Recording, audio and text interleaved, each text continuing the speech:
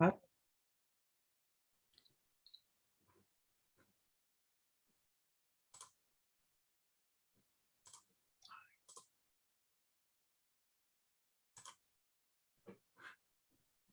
What is this? All right. So, good morning, good afternoon, good evening, good night. Yesterday, today, tomorrow, next week. Welcome to another episode of JustCuz. We're just, two cousins that's talking about family dynamics. We're talking about growth. We're talking about generational curses. We're talking about generational wealth. We talk about family dynamics. We talk about any and everything and how it relates to us as, actual cousins. And today we want to talk about fear, namely fear of unknown and going after your goals, going after your business plan, your business model, or taking that risk. And we also want to talk about fear of success, which is amazing because you shared. Well, first of all, so I shared and I saw the video of the football player that negotiated his own contract, and he's now one of the highest paid defensive backs in the league. And I found it interesting. And when I posted it, I just found it interesting for one, because he went against the norm and was how it's usually done. And he did his own research. He did his due diligence, and to be able to go and negotiate his own contract, I thought that was big. I thought that was amazing. It was, or it is. Right. And he, did it without his agent. He, had his seat at the table. And I thought that was, that was amazing. And I think that, sometimes when we do things, we let fear set in, and we just allow things that happen just because this is how it's always been done. This is how it's done. That whole "if it ain't broke, don't fix it" type thing. And and I've adopted "if it ain't broke, don't fix it." It just may not be broke for you. Yes. It could be broke for someone else. You know what I mean? So so one, I just want to get your thoughts on, branching out and doing things, being that you are an entrepreneur, you're a small business owner, and you're out here and you're grinding for your business and doing things and doing your research in order to continue to expand your business and grow. Yes. So my take on it is, I think you should do your research, not only as a business owner, but just as a person, period, with having jobs. Like, I'm a 9-to-5er in corporate America. I've dealt with negotiating my salary and doing my research. And I think you come to a point where you know your value and you're not going to even second guess yourself anymore. And you know what you bring to the table. So if you know what you bring to the table, you know what you're worth. Like, so why even keep second guessing, do I really deserve $100,000 a year or 200,000 or millions a year? I think you have to get to the point where you want more, you expect more, you have it in your heart that you're not going to, what should I say, dim down your light is what I should say. I know I have in the past, where I've totally been exhausted with work, doing other people's jobs, like my coworkers' jobs, and not getting paid for it. But when I went through my process of that, it was very eye-opening, because it's something when you do all the work and they get the accolades for it. So it makes you kind of like, hold on, wait a minute, I did the work, but you get the award, the Employee of the Year award. So it kind of, sets the tone for who you are. It makes your drive different, your energy different. I know it did for me. Absolutely. Absolutely. Yeah, and being in the military, like very, very fond and well known of doing the work and someone else getting the accolades for it. Mm-hmm. Mm-hmm. Uh, and I'm not talking like the person that's in, the overall name of, of the organization, because, everything falls on that person. Yes. So, but within the workspace, you know what I mean? And like, if I'm executing and I'm doing, X, Y, and Z, and I'm producing a product and a good product, but then, person B is taking the kudos for it. You know what I mean? Like, it's funny, like, we you tend to think that, military and corporations are different, but the military is a corporation, whether you believe It it or is. not. You have your immediate supervisor, your managers, your supervisors, your general manager, your regional managers. It's just something different. You know what I mean? It's, but you still have all that in the military, and you still have your employees, you have your workers, who execute the things, and then you have that person that's, like, yeah, that was me. I put that together. Mm-hmm. Or, or they may not say I did it, but they're also not saying, oh, well, you want to, give that recognition to, so and so, because they're the ones that, executed. I make sure that, it was well refined, but that's the one who, put in that work and made this happen. Yes. And so, true, yeah, I agree with that. And, not knowing being afraid of your work, and it's I think it's real key. Like, am I Yes. worth 100,000, 200,000 salary or whatever? Like, why are you not worth that? Absolutely. But you have to, do your research too. Like I said, you had to not only do your research, you actually had to put in the work to make sure that they can't come when you go to them to put all of your cards on the table, that they can't refuse you for anything. Like for him, I'm sure he had the stats. He had the time in. He had video to go play by play. This is what I did this game, this game, this game. I made y'all win. I made y'all money. So Absolutely. I can relate to that. We had previous conversations about my experience. One of them, I had to go into a boardroom. I was called into a boardroom for a meeting where millions were on the table, and they asked me to do a presentation right there on the spot. I was not prepared for it. Didn't know who was going to be in the room or anything. And at that time, I'm not really a public speaker. So it took me a minute to, be able to be the Black woman sitting at the table and having my voice accepted and not being looked at or not being, treated crazy. Not that they don't anymore, but it doesn't happen so much. But they respected me more when I was able to go into the boardroom and get that $1 million project for them. And I didn't have it where I got a piece of those millions. Of course, the project came into the office, but sometimes we are not educated on the whole system. If I'm helping you bring in millions of dollars, if I'm that key person to make sure that happens, then I need to get a piece of that in my income, my salary. Absolutely. So at that point, that's when it allows me to go and renegotiate my salary for me, because now I know my value. I seen it firsthand.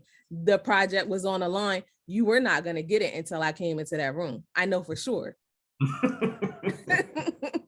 So yes. So I know now what I bring to the table, not just for my office or for the region, for my company. So, it was a unique project, one in the whole entire world, one of a kind. So when things like that happen, you kind of sit back and say, you know what? I'm really playing myself, like really playing myself. And now it's time to set the tone of letting them know who I am and what my name is. So right, what you bring to the company, with your skill set, and how you bring value, to that organization. Absolutely. I totally agree. Same thing in the military. Like we do the same thing. Like we get evaluations every year, annually, or some type of ad hoc in between, because of leadership change or whatever. But when it's time for that evaluation to come, you gotta be able to articulate what you did.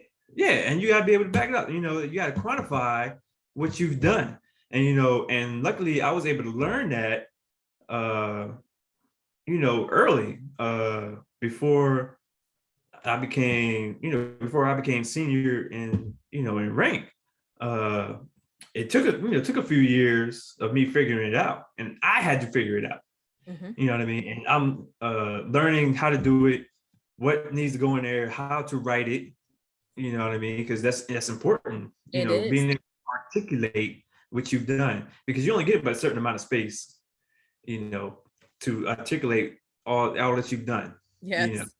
You can't be out there writing paragraphs. You know what I mean? They're not going to read it, guys. They're not going to.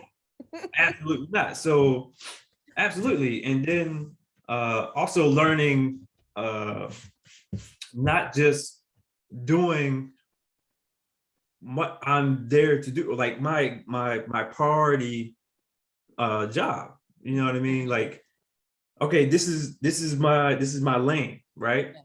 But out of my lane, how many avenues do I have in order to execute what I do to help me and help the organization?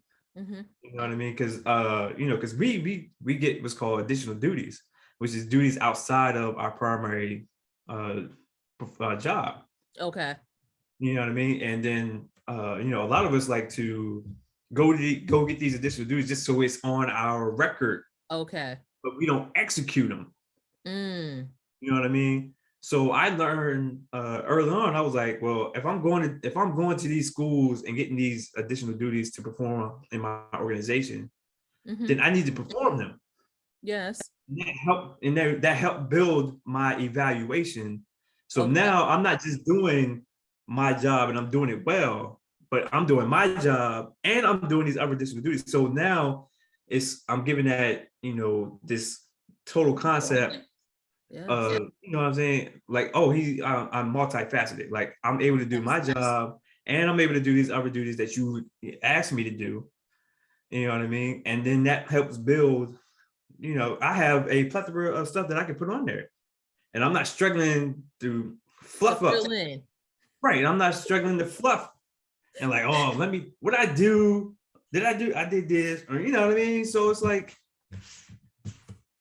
is it hard for you? Let me ask you this, because I need to do my preparation by the end of next week for my annual review. Is it hard for you to fill in your information when you do it? Meaning, do you do goals during your year, or do you set goals for yourself, or do you allow your managers to set the goals for you? No, we have to set our own. Well, I set my own goals of what I'm going to do. Okay. You know what I mean? So I don't, if my supervisor wants to do that, implement whatever, or some goals or whatever, that's fine. But I set my own goals of what I want to do and what I want to execute, during my tenure. Yes. And it's not really hard. And then usually usually when I set my goals, I usually knock them out, and then I end up adding more stuff throughout my tenure. Yes. Because opportunities come up, and I might volunteer for something because they're like, Yes. hey, we need somebody to do this. I'm like, all right, I'll do it. Mm-hmm. Because people are reluctant to volunteer because like I don't want to do additional stuff, or I don't need more on my plate. You ain't really doing that much. Some people are, but for the most part, But some people are not. Let's make that clear. You know what I'm saying? And you get complacent and just do whatever. And I've had the opportunity to go to quite a few schools training while I've been in, and it allows me to branch out and learn and learn other things. And some of that stuff I can certify me in civilian sector. Yes. So I'm not. So I would write my own goals, and if somebody else wants to, if my supervisor wants to suggest some goals, I'm like, okay, this is what you need me to do for as my supervisor for the organization. Yeah. Got it. Taken care of. But but they're only worried about what your primary duty is. Yes, and to make sure that you are doing that, and it's just crazy. The past couple of years, we switched, I would say about 10 years ago, with our goal system, and you significantly meet the expectation, you meet the expectation. Like it's 4 tiers.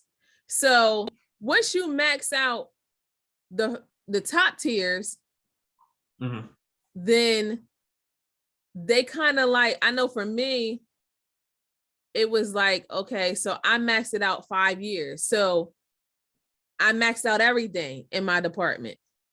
Can't do anything else. So like you just learn everything that needs to be done, and then you can't meet it anymore because there's no goals to meet. So now you are forced to go and learn other things.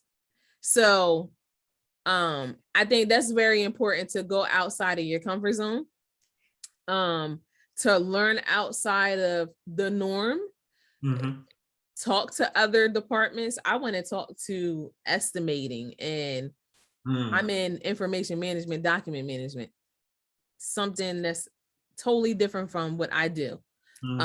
So I went in there and, I asked, hey, do you have any jobs? Can I interview for a job?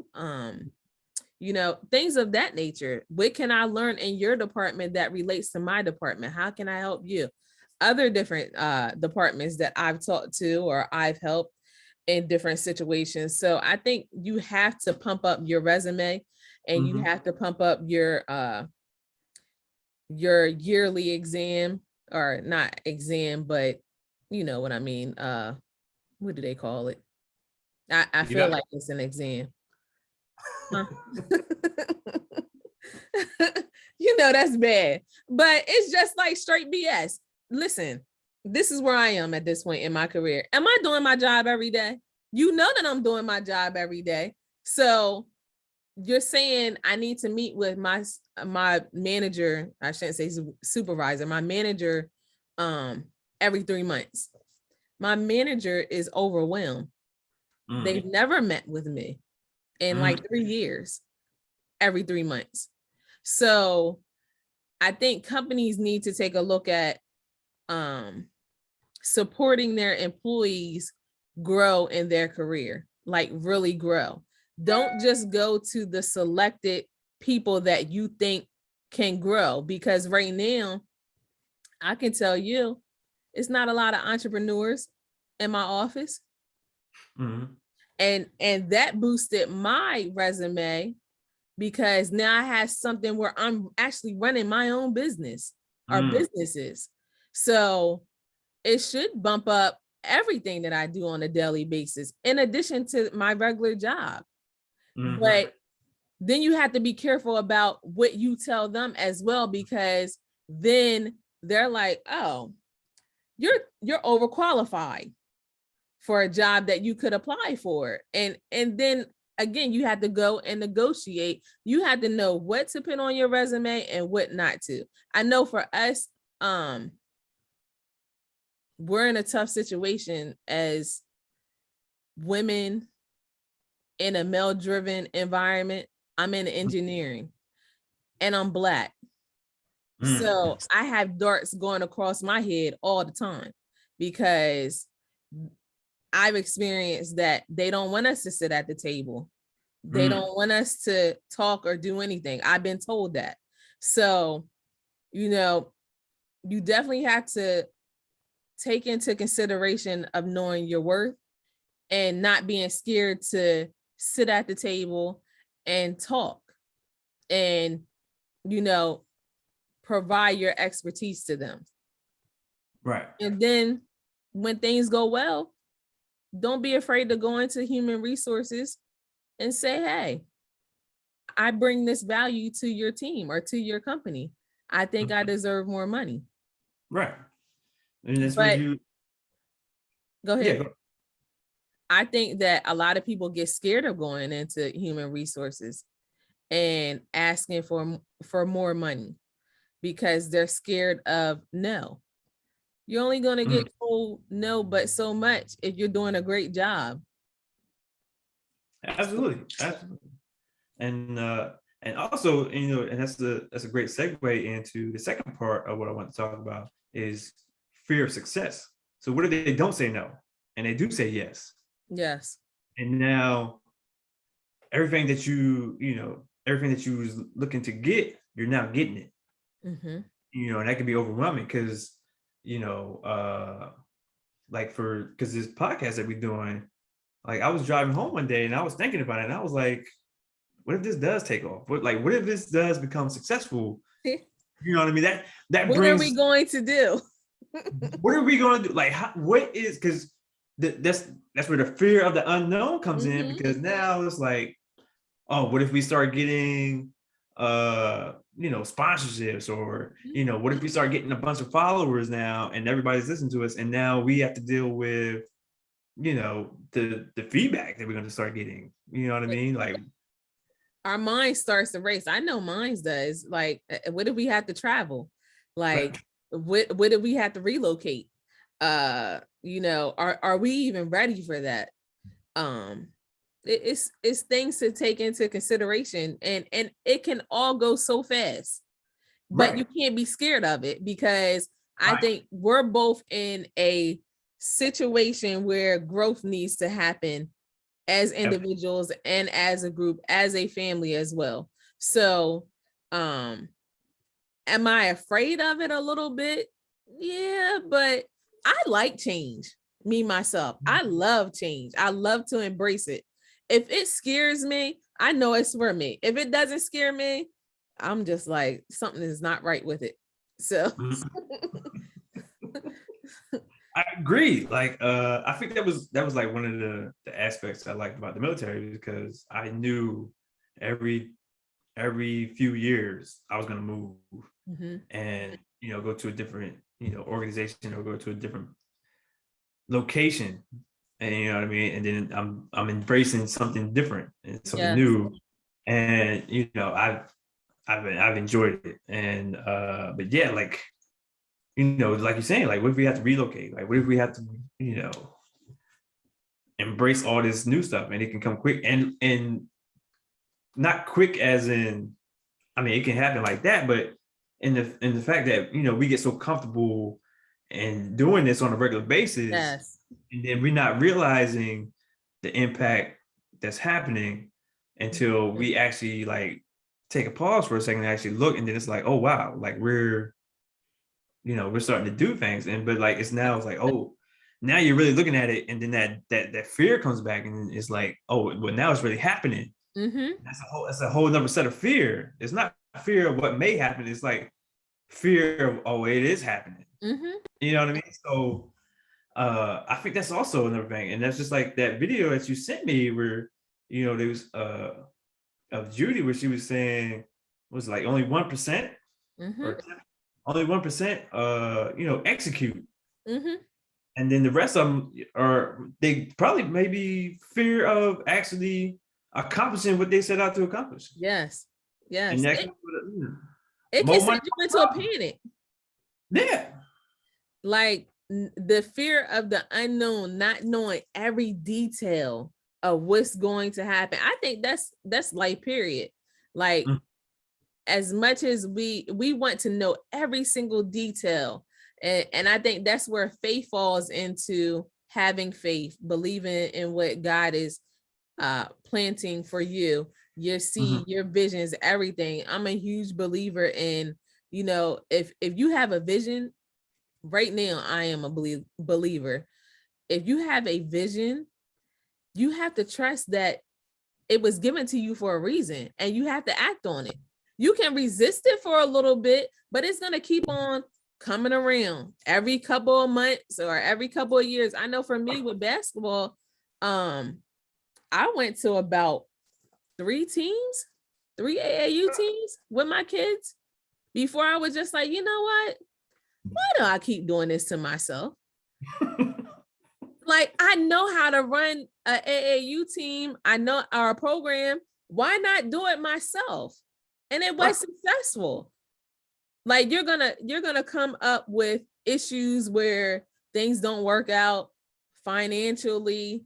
You're not gonna be able to get the business or committed people, or everything is gonna happen for a reason. But as long as you try and keep trying and don't quit, you're doing something. It's working for you.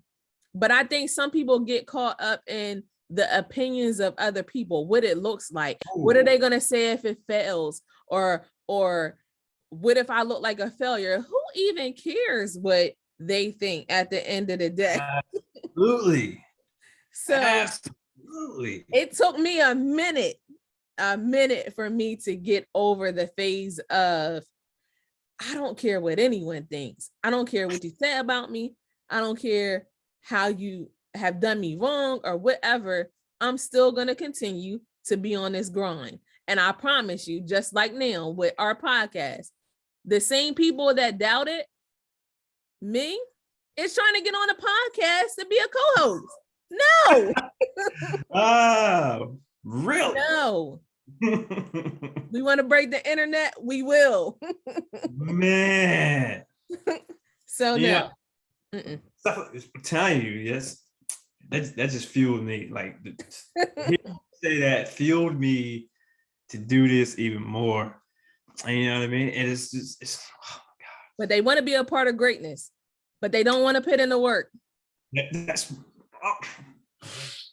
bars. That's what it really boils down to. Bars. Because I you know how many times I've said, yo, why haven't we started this? Or why didn't we go in this and do this? Or, why haven't we started this entrepreneurship, venture and whatever? And it was like, oh, well, if somebody else started, I'll do it. And I was like, yeah, that's that employee mindset. Like, I don't, you know what I mean? Or like, if I'm saying like, oh, I want to get into, the trucking business. I want to get into the trucking business. Oh, you going to be a driver? No, I'm not driving nothing.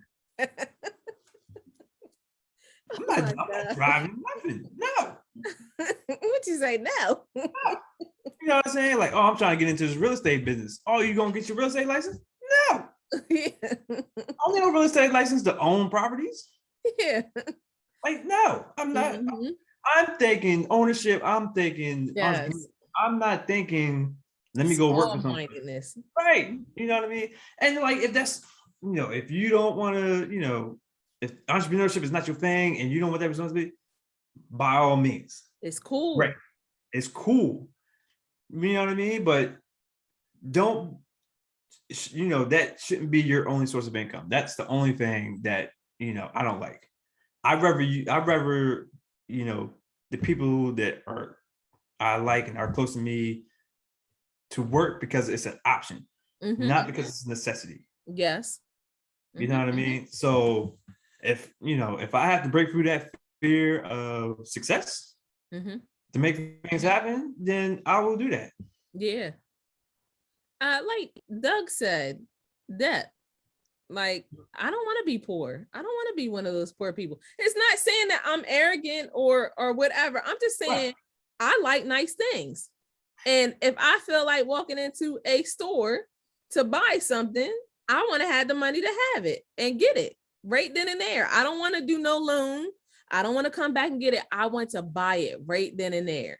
So Right. that's where I am in life at this point. I like nice things. So yeah, I'm gonna hustle to get what I need to get. Right. Or not even buy it. Just to know, just the knowledge to know that if I want it, I I can get can it. buy it. Mm-hmm. And I can probably buy 2-3 of them. Mm-hmm. But it's that's where that comfortability and that that financial freedom of like, if I want to, I can. I don't need to. Yeah. It's an option. You know what I mean? It's not like it's not a want. Mm-hmm. You know what I mean? And absolutely, absolutely, I feel you.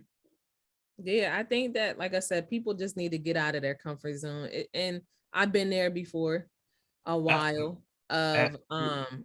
playing myself, not reaching my full potential, and underestimating what I need for me and to Mm, help me blossom. And it's not all about money too, having money, but you want to help your community out. You want to help absolutely. people that's around you. Like, what's wrong with having your family feel okay, like to not have to worry about going from Yes. check to check, or Yes. you know not worried about how they're going to put gas in their car. That was a time when I worried about how I was going to pay my daycare bill or for my kids, or how I was going to get to work, to put gas in my car to get to Thursday or Friday to get paid. Right. But when you do that enough, it's just like, come on now, India, or whoever, like, do you really want to keep doing that? Like, enough is enough. I shouldn't have to do that. I work too hard to Right. get paid on Friday and be broke on Saturday. I'm facts, cuz I'm telling you, oh my gosh, I can relate so much. It's You know what I mean? crazy. Do, You know do what I mean? you really want that life? Do you? And it's not saying that. Listen, let me go here too while it's on my mind. Um, my daughter Jay, she's at Clark Atlanta Mhm. University. She went to a seminar yesterday with the people who are running for mayor in Atlanta. So there was a woman down there that's running for mayor, and she told me about the lady. So I went and did a little research on her, and I read her story. Long story short, she was an orphan. Her parents, I believe, died of AIDS, if I'm not mistaken. She went to a HBCU Mhm. and she got with, I guess, a guy, and he was in the wrong business, and she ended up doing some time behind it. She did, I think, Mhm. 5 years. So she ended up having to not be around her son for 5 years. And when she got out, she was, I guess, a real estate investor. And Mm. I was telling my mom this morning, I was just like, Mom, like, how many people can actually say that they have had a hard life? They didn't have their mom or their dad with them. They went to jail and they got to start over again, and they still made it. Like, they still continued and they still persevered through all of their stuff. And now they're running for mayor. Like, the story is unheard of. Like, but again, you have to keep going no matter what life presents to you. You have to keep going. And that's Absolutely. how I feel. Everything that I experienced in my life is just like, nothing ever stopped me from doing what I'm doing now. So I think that's where people, they're gonna meet their mark of, you know what, enough is enough. Mm.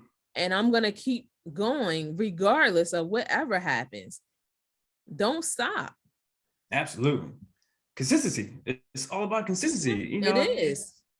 In anything that you do, even if if you're trying to work out and get to a certain body type that you want, it takes consistency. Like you It have to does. continue you have to continue to exercise, you have to continue to eat well. It's consistency to get to where, whatever your goal is. You know what I mean? If you want to reach a certain position within the company, you have to be consistent in Yes. that career track to get to where you're going. So, I mean, if you're, when I became tired of it, I became tired of it in multiple levels throughout my career, and then it all just came to the top where I was just like, all right, I'm done. Yeah. I'm ready. You know what I mean? And looking back, I remember hitting those points where like where I just kept hitting them points like, yo, what am I doing? Like, what's next? What is exactly what is like the goal? what is it gonna be for me and not for them? Because they're always gonna have people that are going to be here, meaning if you leave, you will be replaced. If you die, you will be replaced. As they say, next week, by the end of the week, you will be replaced. They will find someone. So I think you have to work on your life outside of the job. Absolutely. Like, don't get into the midst of, I think some people are like that, where they're like a robot. I'm here for 7:30 to 5 or 8 to 5, whatever it is. And I'm going to go home and I'm going to start my day all over again tomorrow until Friday. And hopefully I feel like doing something or on Saturday or Sunday. I don't want to live like that. Like, no, you're not going to have me here for 40 years. And then hopefully I have a retirement when I get to retirement. No, I'm going to do it this life now. It is questionable right now. Exactly. And they better have my money. Extremely questionable right now. And I think we missed out on so much. I mean, it's just because you don't know what you don't know. And it just takes learning and, just listening, to certain things, you know what I mean? Yes. How, investing, like we're in a time where, you're learning more about investing. You're learning more about entrepreneurship. You're learning more about life insurance. You're learning more about how you can use life insurance, to fund different things, how to use your 401k, how to use your investment accounts to do other things. You know what I mean? How, tax codes, tax breaks, all this stuff. Yes.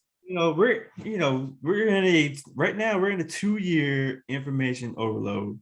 And, all it takes is just the time. Damn. Just buckle down and just take the time to figure it out and listen. You know what I mean? And it's just like, building upon what's already, a foundation, and just building upon that foundation. Yes. You know what I mean? Like, and passing on that information and not holding it. Exactly. That's a whole nother thing with people like us. We definitely need to be passing on information, to people that are willing to listen. That's a big part of it too. Absolutely. Like, you definitely, anybody that I talk to, anybody that's in my circle, I want them to do well. Meaning, if I got it, you got it. I don't operate like, hey, I'm gonna hold this information and I'm gonna let you struggle for the rest of your life. No, I'm gonna tell you, you might want to do it this way. You might want to get a job that has a 401k that matches your money when you put it in. And if they don't, then you might want to think about finding somewhere else to go. So I'm just saying, take advantage of these different options. So don't work at a job for 40 years and they don't match your 401k or offer you a 401k. That's crazy to me. It's crazy. Yeah, it's I mean, it is what it is. And then also I think, like, don't not only holding it, but passing that information on to your people to your left and right, but passing on to the younger generation. Don't wait until they're in their adult age. There's nothing wrong with you passing on some gems now to the younger generation. And like, we had a conversation where I talked to our little cousin. 11, and I had a conversation with her about debit cards and credit cards. Yes. You know what I mean? And what that means and how that works. I mean, it wasn't no elaborate class, but it was, something to get started. And I Yes. did it, and I did it in front of my aunt, her grandma. Mm-hmm. And when I finished, her grandma added onto the lesson about, how she does certain things, but how Yes. she balances checks and why she, does, certain things and balance her account, stuff like that. I mean, it was nothing grand, but it was just like little tidbits. And Yes. I'm saying, just, and then next time I go home and I talk to her, I'm going back and like, hey, remember what we talked about last time? Mm-hmm. And then add on a little bit more. Yes. Piece by piece. Piece by piece. I got a Yeah. friend of mine that we talking about, getting into this real estate business, and he has a son. Mm-hmm. And when he heard us talking about it, his son got interested. Oh, really? You know what I mean? And I'm talking, he's like, I think his son's like around 9 or 10, around about the same age. Mm-hmm. And I was like, look, when we start to go out here and look at properties, we need to bring him along so he can, Absolutely. what I mean? Yes. Seeing that stuff early, understanding it. You know what I mean? Me and him, we talked about investing, stock market, Bitcoin. You know what I mean? He overheard us talking it, and he talked to his dad about it. And now Yeah. he's at this age now. Yeah. You know what I mean? So it's It's important to it's hit these very kids important. down because our kids are going to be behind with this whole pandemic, educational wise. They're gonna be behind. They're not already getting what they need to get. Half of that stuff they don't even need. The stuff that we learned in school, do we even use it at this point? Foolishness. Don't ask me about no literature and stories because I don't know. Romeo and Juliet, that's about it. Yeah. But other than that, Stone soup. I don't remember how to make no stone soup. Like, just put a rock in some soup. Like, what is going on? So you wasted a lot of my time, is what I'm trying to say. absolutely. You know what I mean? And that's, things like, and that's that counteracts that fear of success is, when, we get to that point of success, I want to be able to do things in community, in my community, what I mean? Start like educational type programs and, teaching the community how to, get out of poverty. Yes. You know what I mean? Providing those opportunities. If you take it, you take it. If you don't, you don't. But for those who take it, you know what I'm saying? You planting those seeds. Yes. And it's so important to plant those seeds in our youth, other than sports and being in the streets and all that. Like, sports is a big thing that everybody leans to, but you can make this money over here with investing or getting great jobs or being entrepreneurs too, or having that craft or technical school backing where this is your trade. You don't always have to go to college to get the money part of it. And I think sometimes we push so much college, we forget about the trade school, the trade, learning about different trades. And because yes, you have to know how to operate your house. If you can't go to the electric box, then what is the point of even having a box if your electric goes out? Yeah, I'm telling you, you calling everybody, electric company. calling everybody in the sun. My electric ain't working, but did you check the fuse box? What's the fuse box? Yeah. Click that switch back. Exactly. And plug whatever you plugged in that cause it to trip. Yeah, but how many kids know that right now? You trip that box and they daggone phone is dead. I bet they'll figure it out. Got that internet off.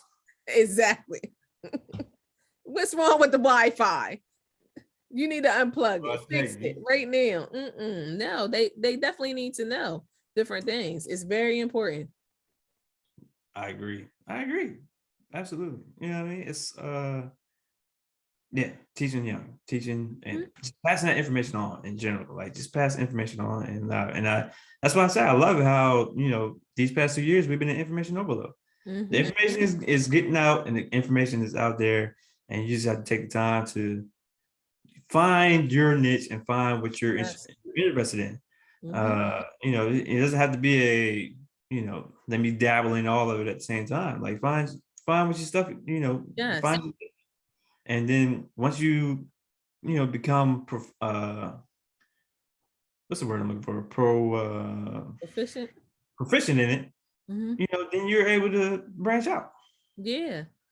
The one thing that I hear a lot with different people, with entrepreneurs, and sometimes it kind of bothers me when I hear people say, well, I've been an entrepreneur for a long time, 10 years, 20 years. And, it worked well for me. And I always think to myself, well, if you knew all of this stuff all this time, why didn't you help other people in the midst of you knowing all of your stuff? So it's just like, especially, in large families, like if you see people coming along and they're opening up a business or whatever, no different than us with Mhm. Asia and Katisha and Lorray, all of us that are doing different things, like no different than my aunt today, of not knowing how to set up an account, a business account. Mm. Why not help each other? Right. Like, and not expect any money tied to it or whatever. Like, I do something for you, you have to do it back for me. No, just helping one another out to achieve a goal of not being broke and Yeah. having another stream of income. That's how I look at it. I think sometimes we get tunnel vision. I think we get tunnel vision in what we're doing and executing, and Mhm. like just trying to do this, trying to do this, trying to do this. And I'm trying to grow, I'm trying to grow, I'm trying to grow. That we get tunnel vision and we don't, look to Don't our left. look at other people. You know what I mean? Yeah. It's like, but then we get to a certain point, and then it's like, oh well, now how can I help other people? And Mhm. now you may maybe become so busy that it's difficult. Yeah. Or you maybe, you might have got that so much level of success. Now it's like now you're talking too big for them. Mhm. And it's Yeah. not related. You know what I mean? So uh but luckily we have platforms like this now where we're able to, talk about these things and put this information out.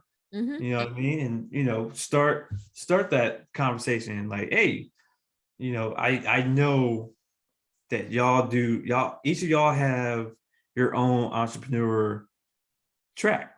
So Yes. how can we get together and talk about, what y'all are doing? Because you never know, just because we're not in the same field doesn't mean that some information that you have or you executed can't help Doesn't me. relate. Mhm.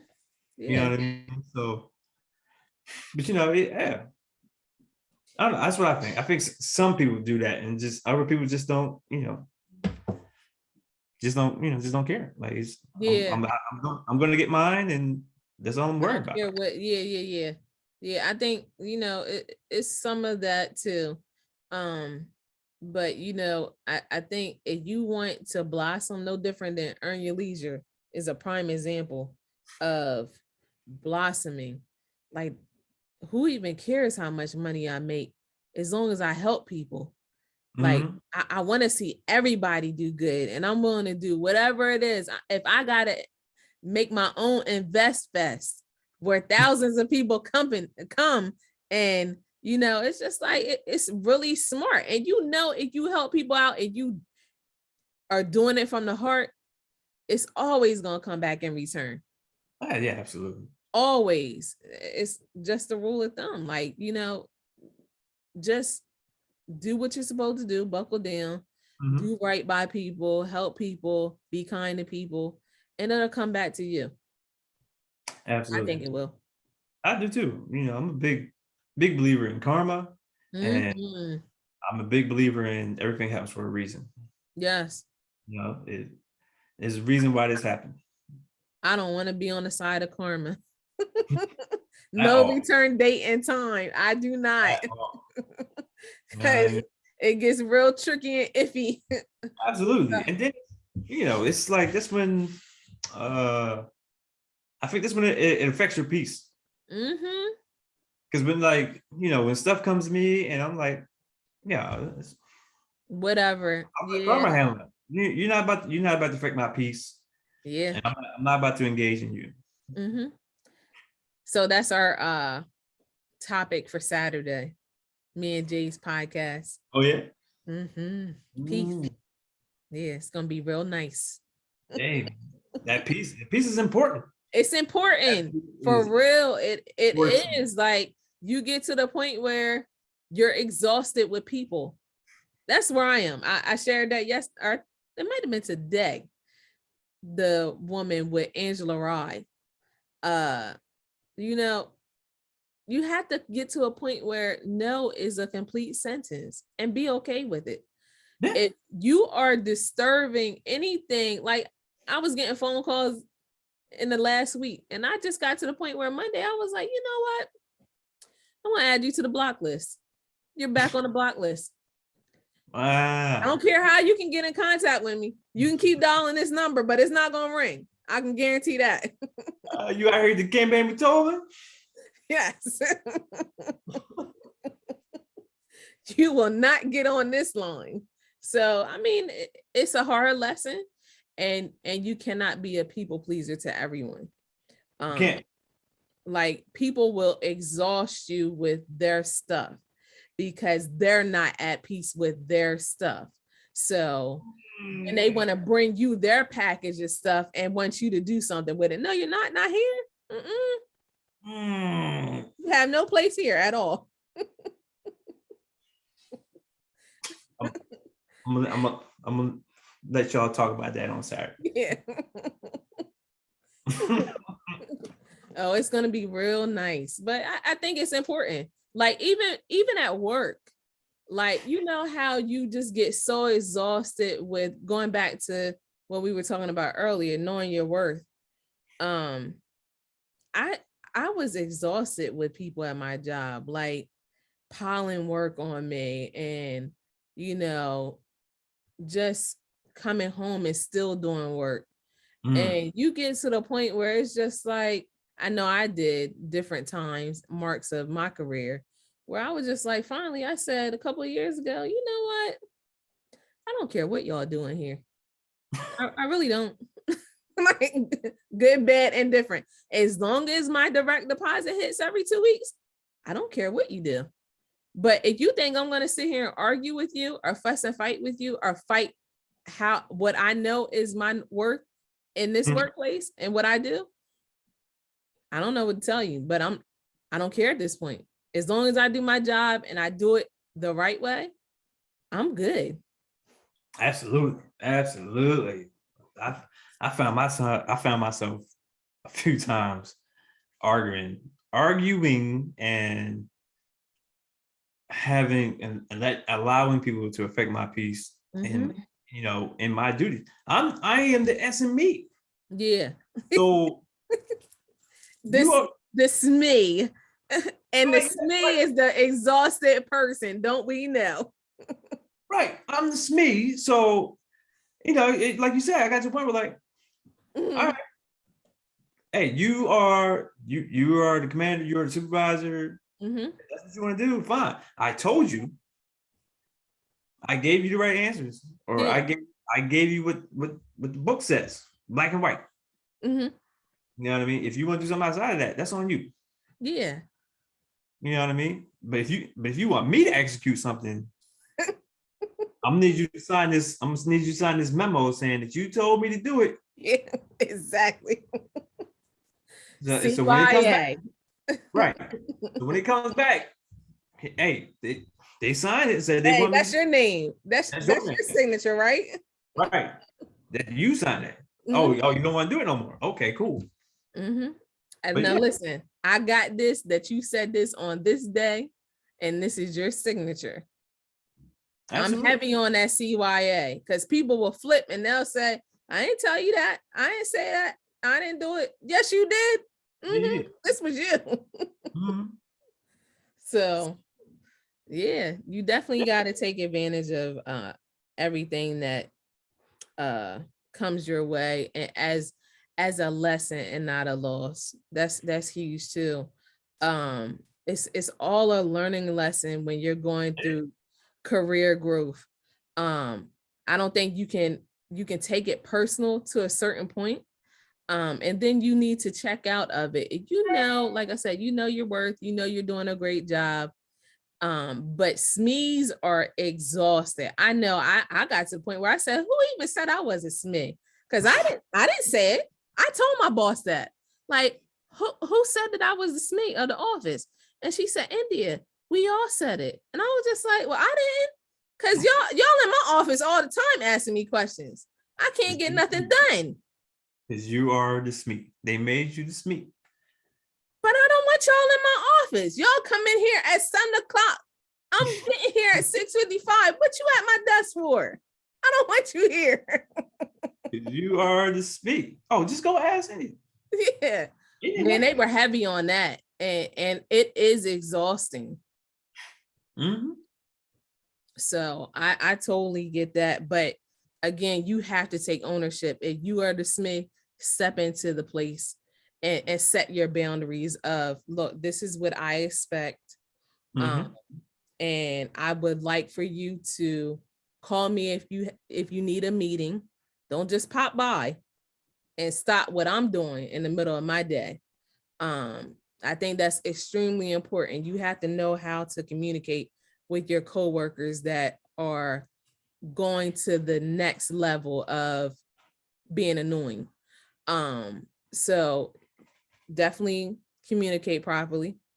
Mm-hmm. And get it in writing that, hey, this is what I would like, because I can't do my job if I'm helping you do your job at the same time.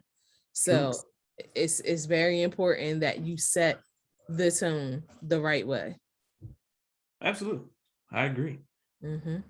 You know what I mean? Absolutely agree. You know, we gotta do the same thing, you know, saying this is what, hey. Hold on. Let me stop recording for a minute.